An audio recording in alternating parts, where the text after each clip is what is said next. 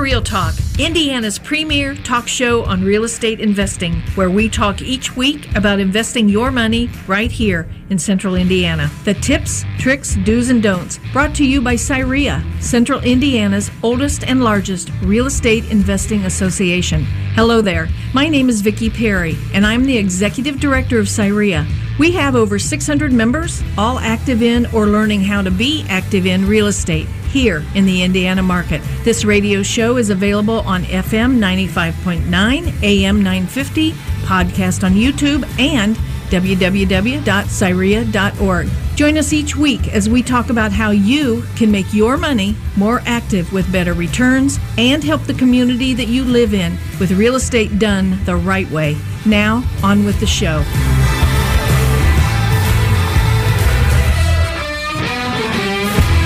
Welcome to the show, everyone. This is Real Talk Radio, the only local real estate investing radio show where active investors discuss real estate investing done the right way, every Saturday and Sunday from noon to 1 o'clock. I'm your host today, Brian Snyder, filling in for Ron Watson. I got lucky; they did not fire me after last week, and I came back, so I was super excited to be back and your host today. We're going to be discussing some of the headlines that are affecting the real estate investing world, especially here in Indianapolis. You can check out how to contact all of our co-hosts at our website at CIREIA.org and find out how to reference any of the material that we're going to be talking about today. I am joined again by just three awesome people that are my co-hosts today. We have Dave Short with Century 21 Sheets. Dave is an investor, a realtor, a coach, a mentor, and one of the most sought-after rehabbers in Central Indiana. Welcome back, Dave. Great to be here. We also have Sterling Davis. He is the owner of Ethosity Property Management, entrepreneur, realtor, and active on the board of directors for CIREIA. Hello, Sterling. Hey, Brian. And join us once again. We are privileged to be in the presence of, again, Vicki Perry, the executive director of CIREIA. How you doing today, Vicki? I'm great, thanks. Awesome. So today, guys, we are going to be talking a little bit about opportunity zones. That's the name of the game. We want to take as much opportunity as we can in any of the spots we can here in Indianapolis. As real estate investors, we're always looking for those opportunities, and this word just kind of jumps out at you of opportunity zones. And if you aren't talking about them yet, hopefully you will start talking about them. One of the greatest opportunities for investors of all stripes in quite some time, an opportunity zone is an economically distressed community where new investments under certain conditions may be eligible for preferential tax treatment. And they were created by Tax Cuts and Job Acts on December 22nd of 2017. So, Dave, I'm going to go ahead and let's talk to you first. Are you working in these opportunity zones, what you consider here in Indianapolis? Well, we're doing what I call entry-level investing in some of the opportunity zones. In my case, mostly the east side. I mean, for instance, we just finished, and it's kind of a real-life experience for me. We just finished a house that's going to be a halfway house in one of the opportunity zones. And it's taken us about a year to bring this house to where it's going to do what it's intended to do. And we had a big open house last week, and, we're very blessed. But one of the things that I noticed is that now I'm starting to see all of the what I call the entry-level guys coming in that's doing turnkey rentals. We're going down the streets and seeing building permit signs going up. We're seeing for sale signs going up. We're seeing new properties being rented, and they've been rehabbed and then rented. And we're not talking about really shoddy rehabs. They're renting it for somebody that's going to call this place their home. And in the past, and we've been in opportunity zones all over the city, that are now opportunity zones all over this city, almost all of the rehab for rentals have been makeshift, not very well done. They just put Band-Aids on it. Where now investors are saying, hey, we can do it right and get a quality tenant even in this neighborhood. The area that I focus on or looking at a lot is the 10th Street corridor between Sherman Drive and Rural, almost to really nice neighborhoods, and we can see it pushing in these neighborhoods, and it really brings a lot. It's going to bring a lot to these communities. And From an investor standpoint, it's great because we can buy houses, and investors can buy houses in these neighborhoods for $25,000, $30,000, $40,000 and still get really good returns. And if they want to hold, the returns potentially could be astronomical. I know, Sterling, you have rentals in these neighborhoods that you're managing, and I'm sure you can address the quality you're starting to see now. Yeah, absolutely. I mean, I think these opportunity zones are great. I think I've talked previously on shows about how I think neighborhoods come back, right? I've always talked about, it has to be some type of commerce that can drive those factors to be able to improve it, as well as work alongside of us as local investors and things, because that keeps the fabric, right? I think what opportunity zones want to do is make sure that we kind of keep the fabric, because they put the people in charge of these things, anywhere from banks to economic development groups to organizations like LISC and Central Indiana Community Foundation, and they're kind of become the gatekeeper. We've dealt with it. We're, have been looking for a building for CIREIA to be in opportunity zones and things, and what you see is it kind of centers around opportunities, especially on the commercial side, where you can kind of have some tax breaks, some benefits by purchasing a building of sorts, and then they want to make sure, because they do have restrictions on even those type of commercial buildings that go in there, that it's an opportunity, but it's going to be something great for the neighborhood that's going to really improve the neighborhood. I know my company was looking at a building and helping somebody in one of these opportunity zones, and they were very strict on what we were putting in that, so that it wouldn't hurt the value of the neighborhood. And I think it's very important when you start talking about bringing back a neighborhood and investment. We, in the past couple of weeks, man, we've really been diving into the fabric and the cultures of these neighborhoods, from gentrification too. And I think opportunity zones is one of the things that Governor Holcomb sees as important, and I can only think that it could help us. Go ahead, Vicki. Well, and one of the things, just to add to that, and what our investors are thinking is, how does this affect me? Can the little guys do it? So a couple thoughts. This summer, I actually talked to a CPA who specializes in opportunity zones, and I asked him, how do we get started? And his response was, well, we're really not sure yet. And that's the downside to anything that's new. All of this program just started in 2017. It was actually an incentive put through by Trump, and I think it has good value down the road. We're just not quite sure how it all works yet. Companies and foundations and different groups are forming and have been formed to help people to know what they can do, what they can take advantage of. What I started doing this weekend, trying to investigate some of this information, was I went to Google and I typed in, how do you do opportunity zones in Indianapolis? And it pulled up 5 or 6 different companies. It pulled up a group out of the mayor's office, and the information is there. I just think people have to be patient when they're trying to find it. The other thing is, Sterling and I were talking yesterday, CIREIA is looking at a building on East Washington Street, and it's not how do I want to say this? It's an area that I'm super excited about, because I don't think it is in an opportunity zone, but it is right next to an opportunity zone. And I think the fact that this money for the opportunity zone is going to come into the area, it's going to just enhance where we're looking for the building. So I don't know. And the opportunity zones are not totally distressed areas around. I mean, parts of parts of Irvington is part of the opportunity zones. It's going to stretch Irvington like Broad Ripple has been stretched in today's world. So it's going to stretch Irvington. It's going to stretch Windsor Place.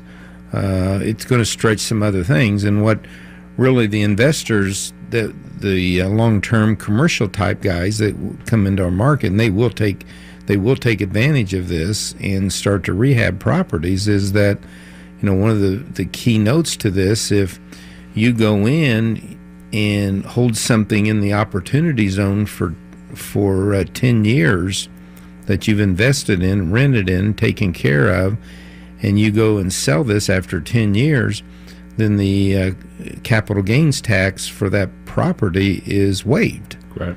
You have no taxes. So what that does is create a 3 to 4% additional return when you've got a good return for the 10 years of this thing. So they will be there to save taxes. Yeah, I mean, I think that's a huge benefit. When we start talking, a few weeks ago, we started talking about the 16 tech development and things like that. I think those are the type of initiatives when we start talking about the White River downtown that's going to help grow and build our communities, right? Like what we talked about 16 tech was all of what 16 tech is pretty much not residential.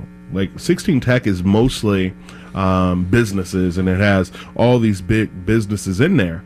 But what we're speaking of how that affects the White River area communities by having those businesses build up. And I think that's the benefit of being able to have these opportunity zones and people really been strategic at growing and developing those areas. I think the key is making sure that you lock in to the specific people, though, that are going to be controlling the interests of the opportunity zones. Right. And so we're talking about, some of these areas, you got like, Twin Air, Maple Crossing, Inglewood Village, the River West, King Commons, some of those areas that, kind of stand out in Indianapolis. There's, great for opportunity and things. A good example of this is basically if you have $1 million that you you put into an opportunity fund and allow that to grow for basically 10 years. After 10 years, and let's say that fund is now grown to $2 million, you're basically only paying the taxes on that original $1 million. So that's a huge advantage there. And just, Vicki, I know you're kind of talking about just how you found some of this information and things like that. Like, let's speak to a little bit about when you are coming across something new like opportunity zones, and we're still learning about this. So can you speak to a little bit about how important it is to kind of educate yourself on this kind of stuff instead of just sitting back and like hoping the information just kind of comes to you and things? How important it is to go out there and actually research this kind of thing? Well, it's huge, and that's part of what we try to encourage anyone who's getting started, or even if you're not someone who's getting started, and let's just say you've been a landlord for the last 15 years, you have 5, and this is a very typical member of CIREIA, you have 5 properties that you've held for all these years, you've managed it, the value has grown, and now you have a very nice amount of money in your portfolio. And what I see happening a lot is that people like that don't take advantage of the programs that are out there that can help them for their taxes and help them to double that portfolio pretty easily. And I don't know if I'm saying it correctly, but it just seems that our members have a kind of hands-on mentality where they want to sit back and just kind of do their thing. So maybe we're all a bunch of cowboys. But there's so much money and so much opportunity out there that we as members of CIREIA and as typical investors are not taking advantage of. Well, opportunity zones are places where the government has looked at and said, we don't want to displace the people that's there.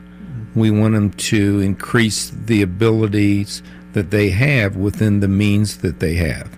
These opportunity zones are at or below the poverty level in that, but these people have existed at below the poverty level, unfortunately, in our country.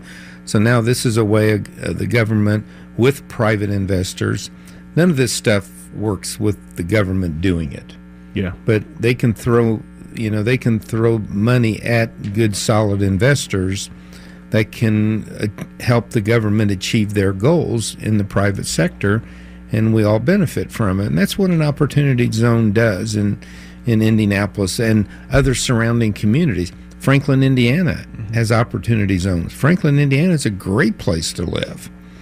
It's a great place to live. And there's going to be funds available there to keep people in Franklin, not to displace them and make them move. Yeah, right. And there's actually a total of 156 opportunity zones around Indiana. So it's not just like downtown, or, around the central Indianapolis. They're all over the place. So, Sterling, let's kind of go to you a little bit. Talk about that a little bit when you come from the property management side of what this would do. Yeah, I think the thing is, like, we educate a lot of our people on, like, the BRRRR strategy, right?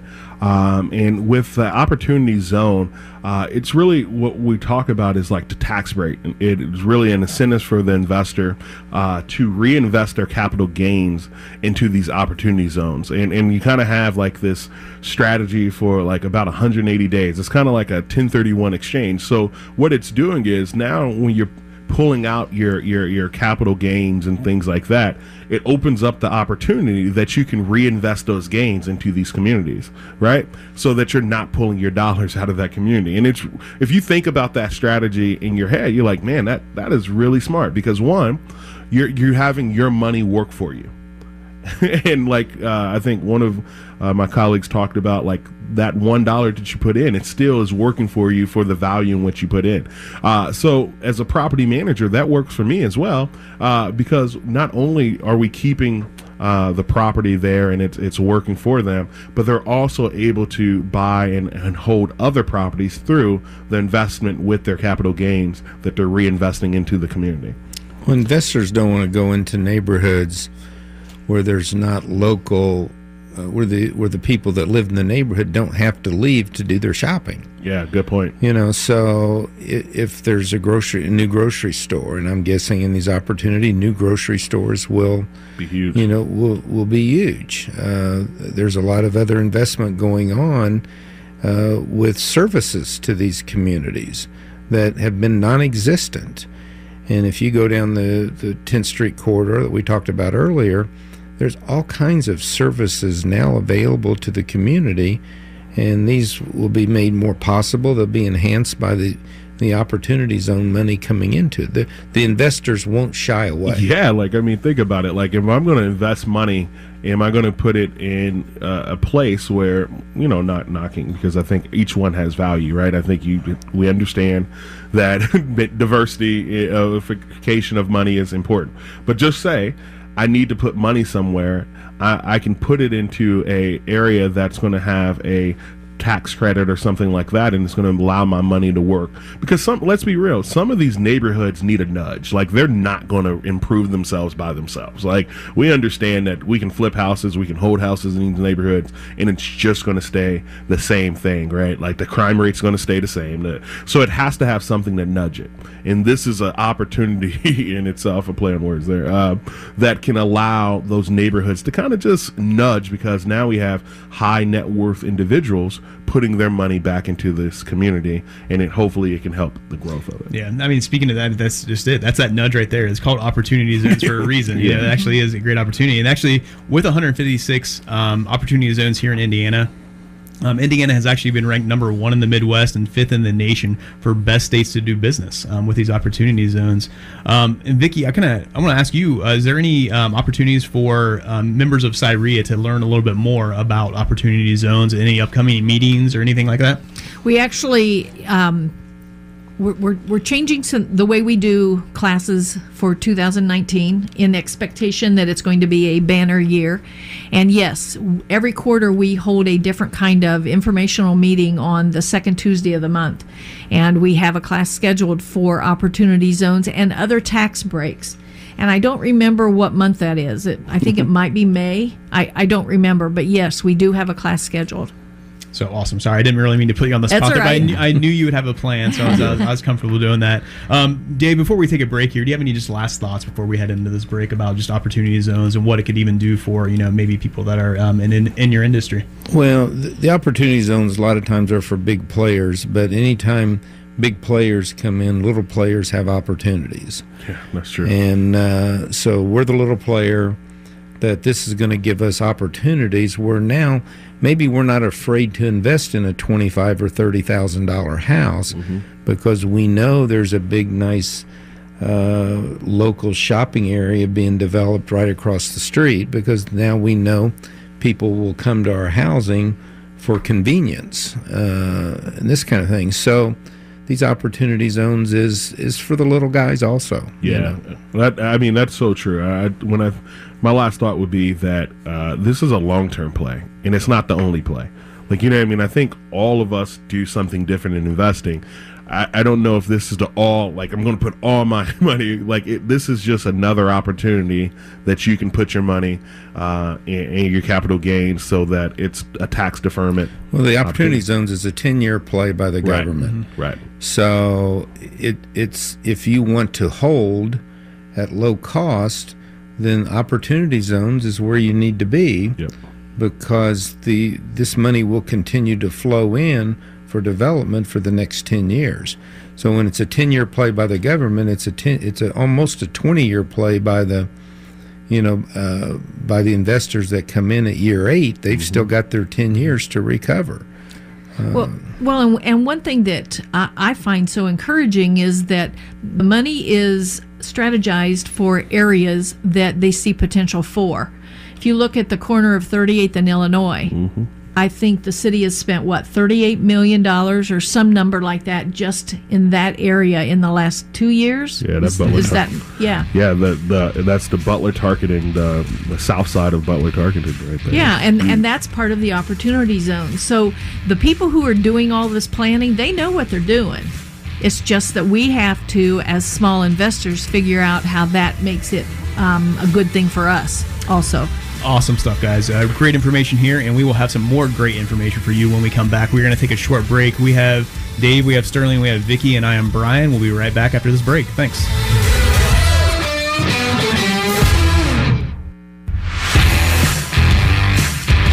Midwest Garage Door Systems, Real Talk's premium sponsor, is a locally and family-owned business, answering your garage door repair and replacement needs for over 30 years in central Indiana. Doing business the right way is what Midwest is all about. Check out MidwestGarageDoors.com or call 317-449-8440, 317-449-8440.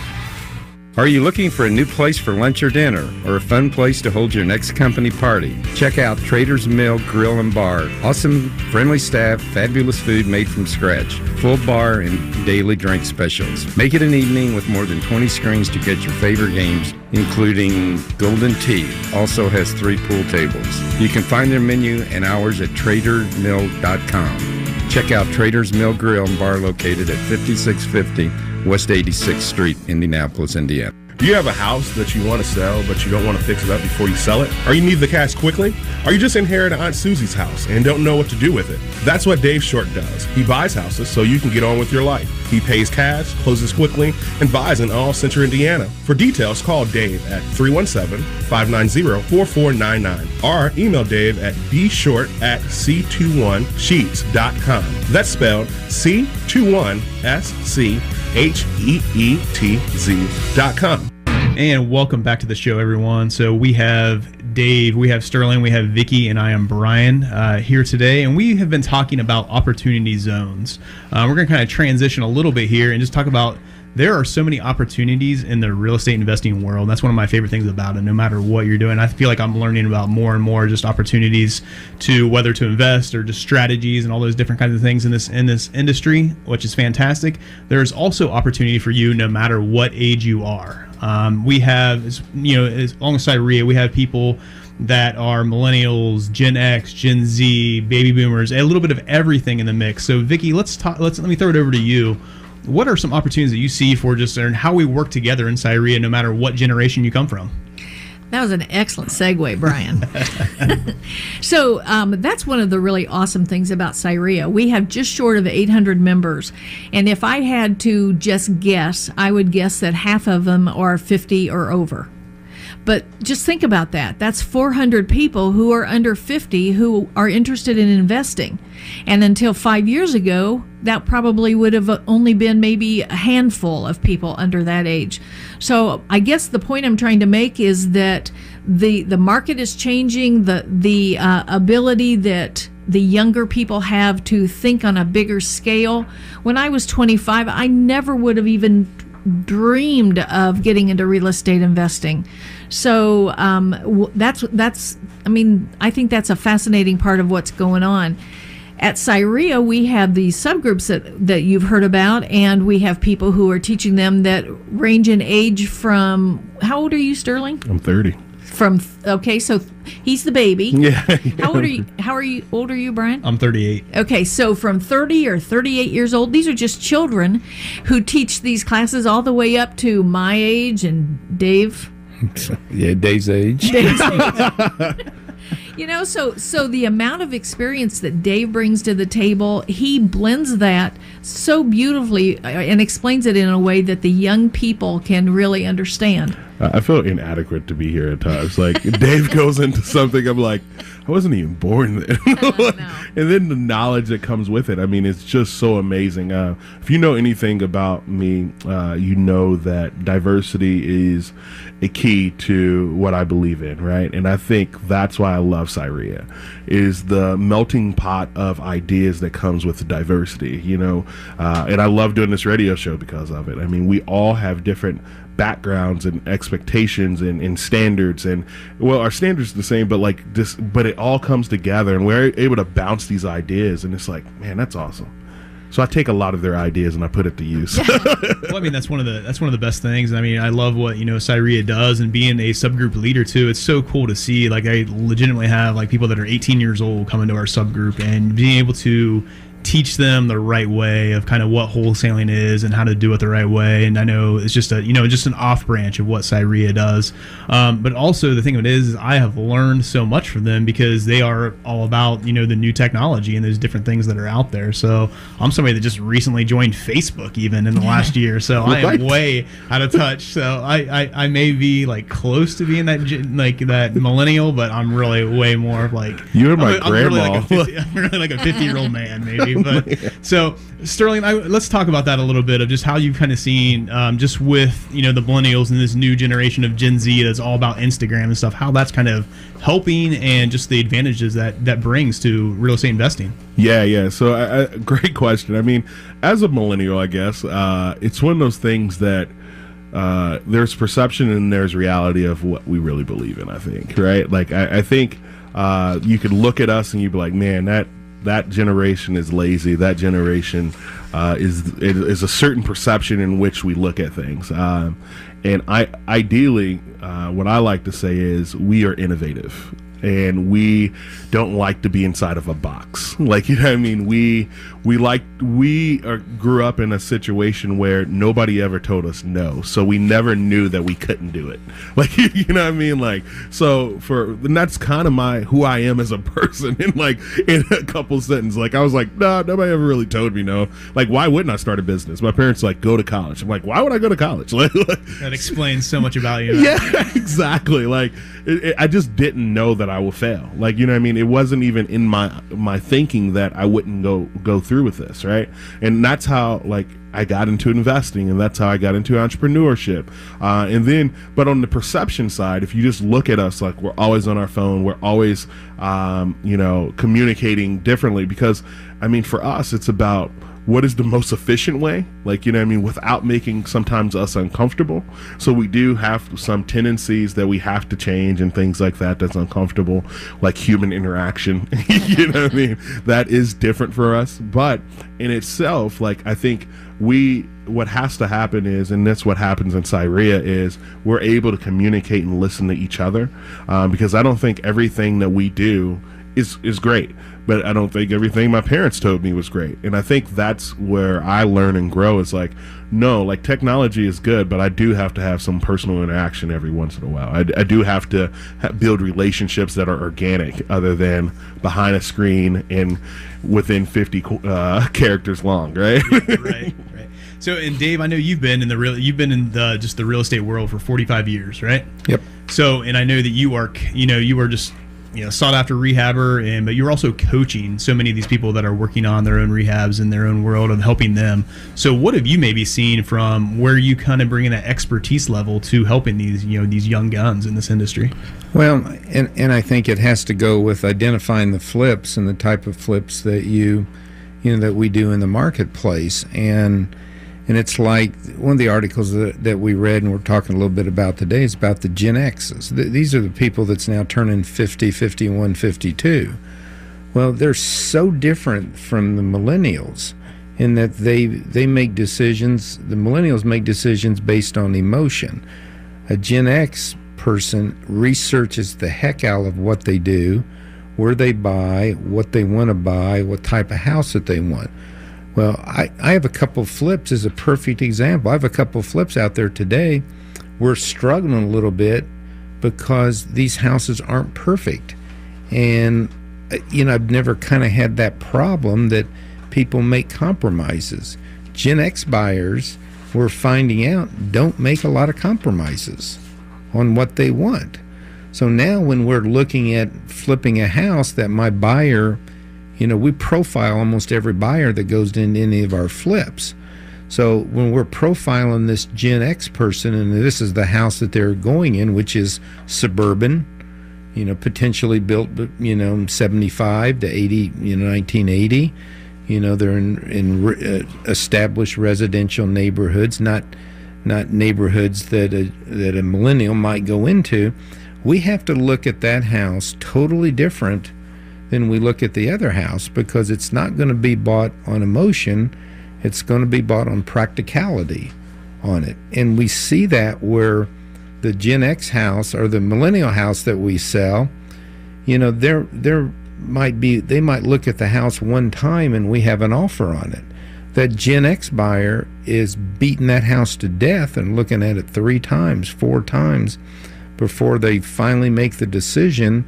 And they're making a decision that is, the decision they're making, if it's no, is for what I think in my world is totally inappropriate reasons, because the driveway is gray. Well, okay, most concrete driveways are gray, but if it's had something put on it that changes the texture or the look of that driveway, now their perception is, well, I want what I want, so I have to tear that driveway out, and that's $15,000 on something that will function for the next 30 years in this house. Right.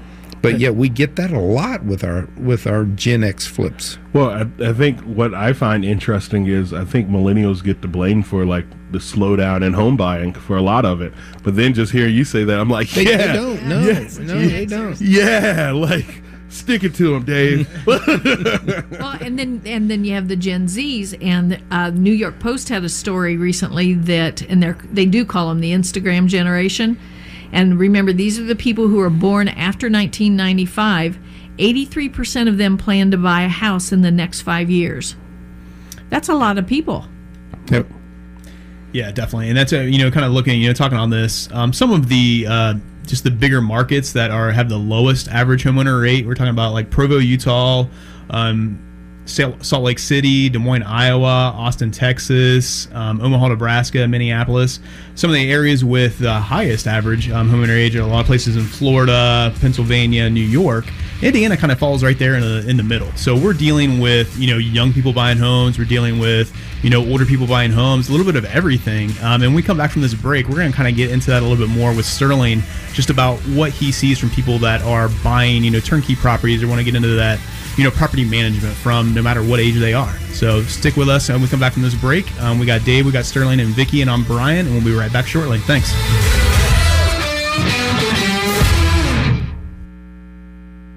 Are you looking for a career change or a life change? That is the mission behind Simple Wholesaling, the leading provider of discounted properties in Indianapolis. Simple Wholesaling is all about making the process simple for buyers of properties, sellers of properties, and members of the Central Indiana community who want to generate wealth, free up time, and then help you use that wealth and freedom to make a difference in the world. Check them out at www.simplewholesaling.com or email brian@simplewholesaling.com or call 317-494-7211.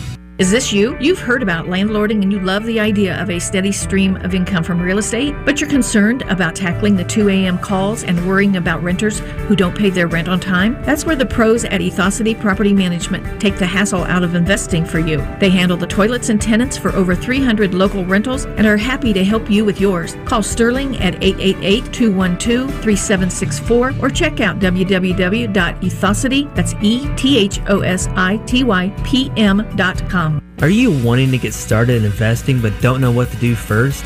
Maybe you took one of the National Guru classes, but you're still confused. Our members are doing business locally, and they remember that they were beginners at one time too. Start by joining the biggest and oldest real estate investment club in Central Indiana. Take our classes and network with people who love what they do and are willing to help you through the startup stage. Check out CIREIA.org. That's CIREIA.org.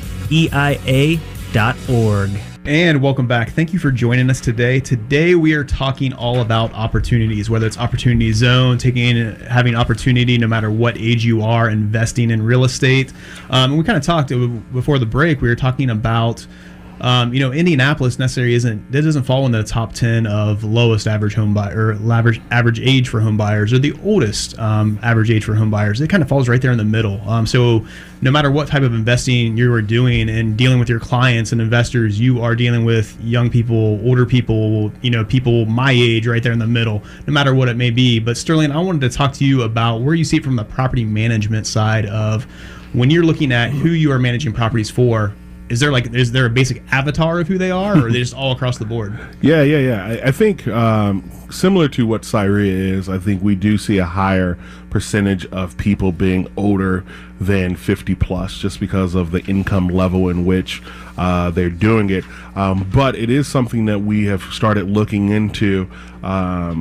The last year has really increased our business is people inside of the younger generation through things called like house hacking, which house hacking is the idea that you will, like, for example, purchase a duplex, live on one side, and then rent out the other side, or do the same thing within bedrooms. You rent out, like, you have one bedroom and then you rent out the other three.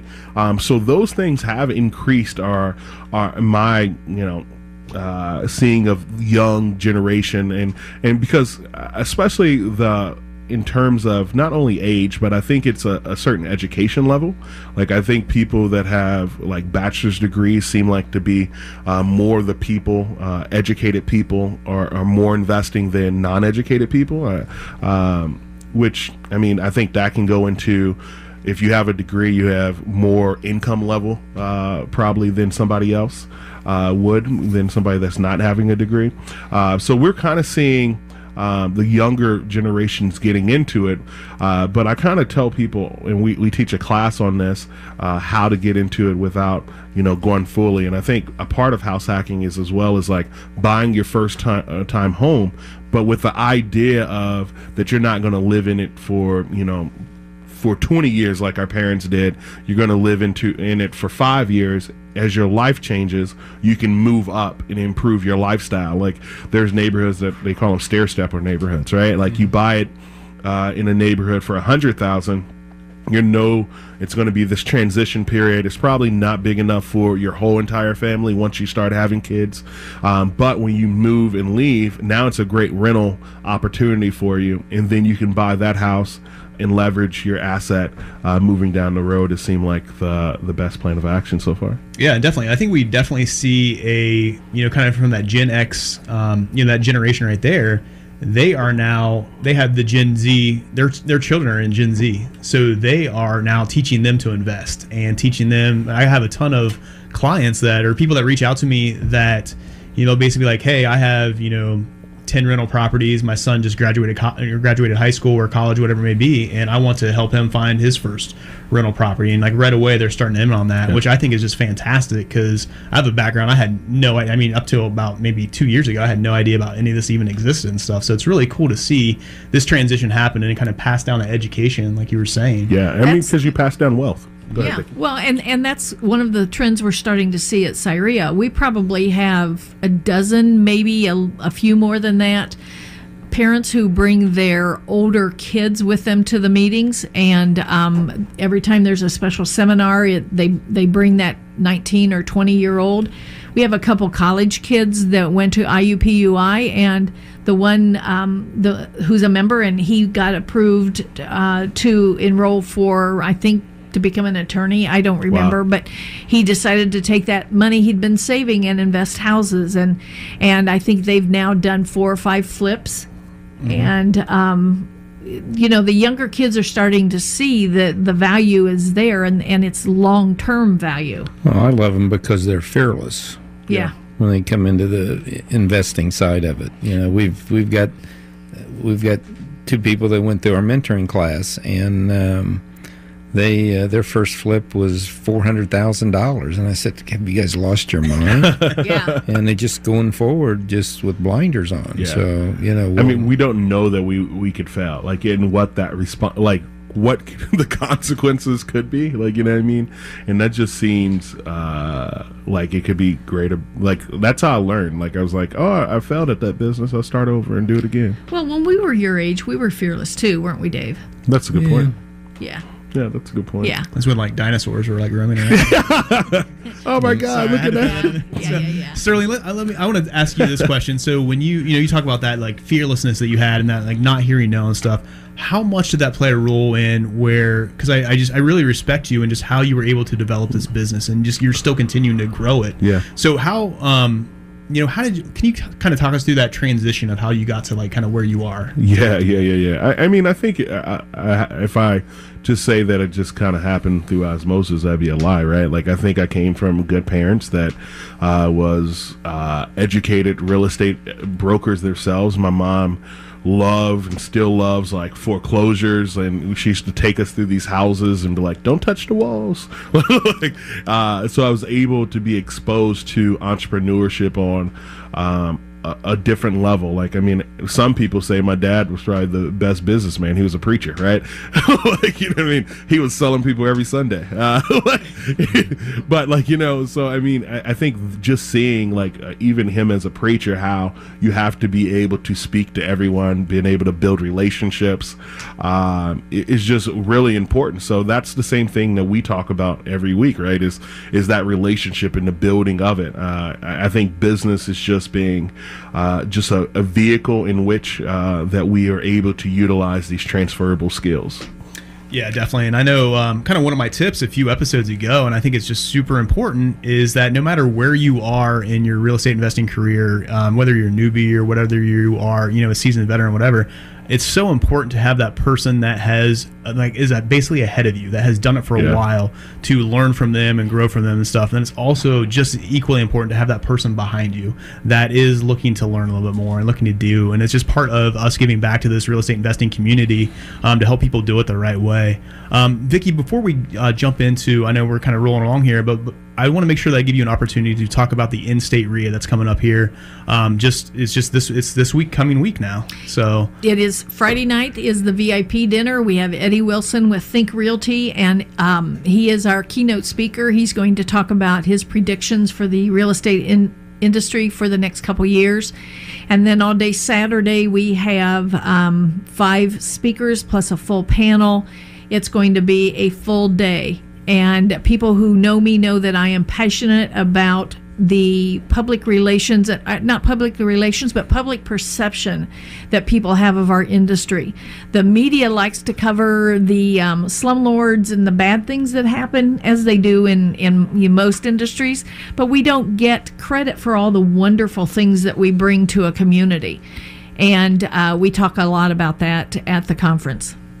So awesome. Definitely looking forward to that. It's going to be a great time. And I know, unfortunately, I will be unable to attend, but Sterling will be there. Slacker. Dave will be there. So make sure you guys stop by and talk to them. And Dave, ask for their autograph. I don't know about that. Brian's going to be slacking on a beach somewhere. Do that. So you pop by and get a selfie with Dave. He loves it. Just, you know. So, Dave, let's get into a little bit about with what you're doing with just the flipping industry and, you know, just kind of even just the retail side of it. Of when we're talking about the Gen Xers and just millennials and Gen Z, have you, when you have that age range of maybe just graduating high school, graduating college, have you had much just interactions with them, kind of seeking your guidance, or even that are looking for the home? So how young are you basically like being able to sell your flips to?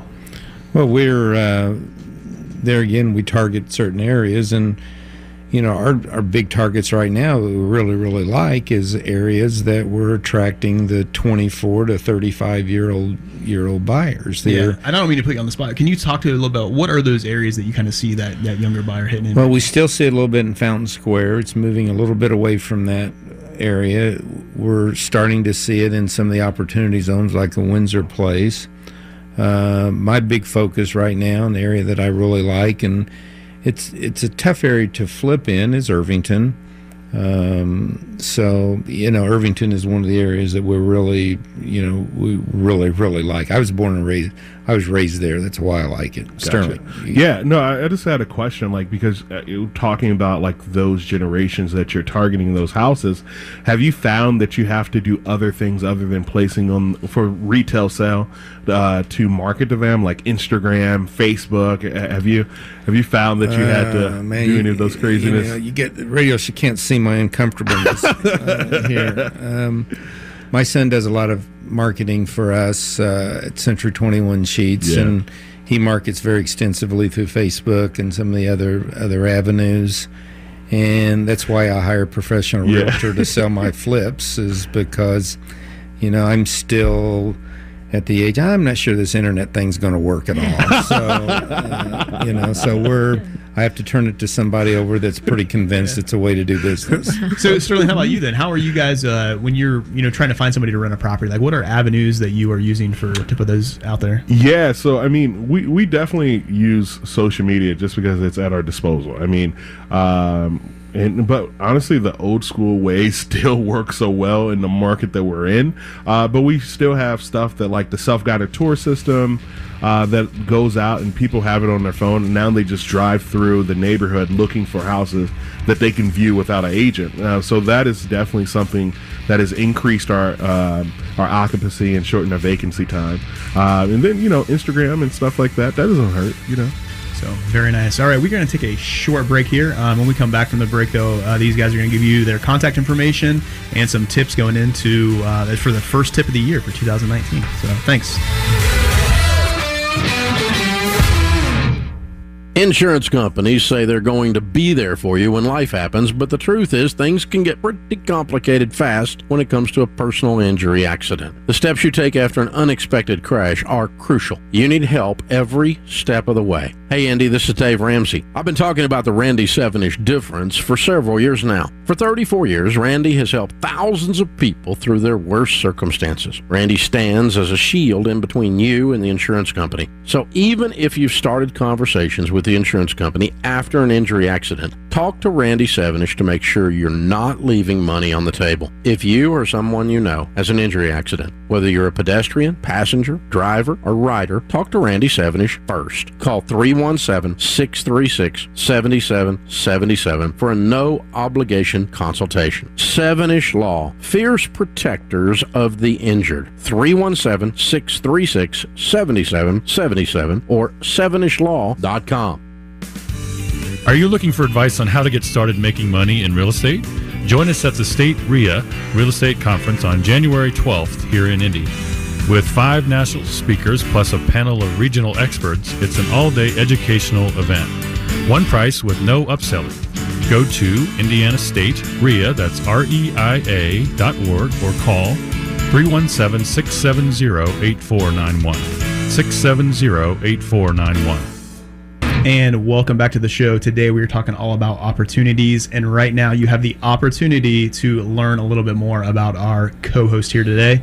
Learn about just their contact information and just a tip that they have for you as you're going into and just preparing for what you're doing through your systems, through your business of real estate investing. So Vicki, let's start with you. Okay, well, in this crazy business, you don't know what you don't know till you find out you didn't know it. And that's the biggest selling point I have for CIREIA. You are going to find people there who have done it or experienced it or figured it out. And so my tip is call me, get active, join a group, talk to people who can help you, because somewhere around there, either I've done it or I know somebody who has. And so the tip is reach out, get active. Yeah, I'm gonna kind of jump on that a little bit, just because by getting active, a year and a half ago, I went to Vicki, just met her for the first time, didn't know really what I was doing. I just asked her, hey, is there anything I can help with? Is there anything I can jump in and do? And today I'm on a radio show being able to talk with her about real estate investing. So very cool. Sterling, why don't you give out your contact info and a little tip for the day? Yeah. Sterling Davis with Ethosty Property Management, the premier property management of Indianapolis. My contact is 888-212-EPMG. That's 888-212-3764. My direct line is 701. I guess, kind of switching gears a little bit. We was talking about opportunity zones, but I think the opportunity for, this year is going to be definitely thinking about what's increasing in landlording and property management is fraud. So just be aware, landlords and investors, about the increase in fraud, especially when you start talking about tenant screening.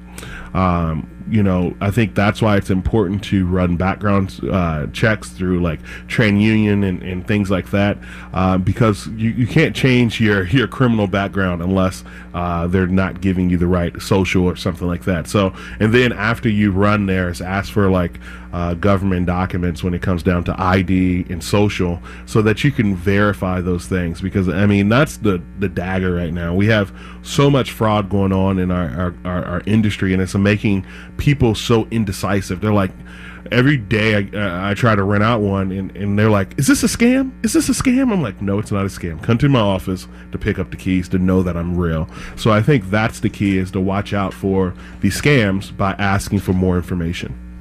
I think that might be like a to be continued. That could be a whole episode right there on some stuff that's going on. Absolutely. But Dave, how about you? What's your contact information and your tip for the day, bud? It's Dave Short, Century 21 Sheets, email dshort@c21sheets, SCHEETZ. Two quick things. One of them, to address what Sterling just said, we run a criminal background on the tenants that we've had, and when it come up, the gentleman had been arrested twice by assaulting a police officer. Oh, man. And me as a landlord didn't think I wanted to try to collect rent from that guy. No, safe to say. So I'm thinking, okay, it'd be probably a pretty good turn down. My big tip is, as we go into 2019, is, set your goals, work the goals. We're working on goal setting and goal planning right now. And this business is what I really like about it, and I can relate to the younger people because of that, is it's still done in a big part face-to-face. Social media and all the other things gives you numbers that we couldn't get before. But face-to-face is how we make our transactions, and it will always be that way. Awesome. And actually, my tip for the day kind of feeds off of that. Just a little tip of something that I learned really quick is, if throughout this industry, no matter throughout your interactions and everything, you are going to be having a lot of conversations. My number one tip is to make sure that you practice those conversations. You're having a phone conversation or just a face-to-face, practice those conversations before you go out there and do it, because when you're in that when you're in the moment, sometimes you can trip over your words. Just practice as a conversation that you need to have over the phone, that when you're trying to sell a property or trying to buy a property. Just practice those conversations to help yourself out. My information, you need to contact me, is Brian@simplewholesaling.com. Feel free to check out our website too at www.simplewholesaling.com for any of our free resources that we have on there. If you have missed any of our previous episodes, you can listen to them on the CIREIA channel on YouTube, or go to CIREIA.org, which is CIREIA.org, and click on Saturday or Sunday on the calendar of events. And coming up this week, the Indiana State RIA is holding their second annual conference on January 11th and 12th. They have 13 regional and local experts presenting all day Saturday, with no selling from the podium and no upselling, plus 30 vendors who specialize in real estate investings, including lenders, attorneys, property managers, Airbnb, and more. You can register by going to www.indianastatereia.org. That's indianastatereia.org. Thank you all for listening today, and have a wonderful week.